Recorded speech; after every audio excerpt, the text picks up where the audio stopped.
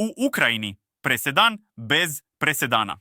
Prvi put od početka rata ruski vojnik je osuđen na doživotnu kaznu zatvora zbog ubistva ukrajinskog zarobljenika. Sud u Zaporožju proglasio je 27-godišnjeg Dmitrija Kurašova krivim za ratni zločin. Ubistvo veterana Vitalija Hodnjuka, koji je bio nenaoružan i predao se. Istraga je dokazala da je Kurašov po naredbi svojih komandanata pucao iz neposredne blizine, iako je zarobljenik već podigao ruke. Video snimci i svedočenja potvrdili su da je ubistvo bilo namerno, navodi ukrajinska policija.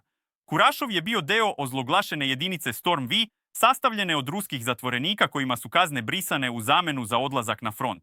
Na sudu je tvrdio da je samo izvršavao naređenja i da metke nije ispalio on, već vojni bolničar, ali njegovu verziju opovrgli su sopstveni saborci.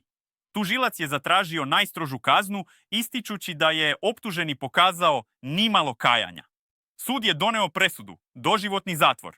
Prema podacima ukrajinskih vlasti, zabeleženo je više od 150 slučajeva pogubljenja ratnih zarobljenika od početka invazije 2022. godine. Ali ovo je prvi put da je ruski vojnik za to pravosnažno osuđen.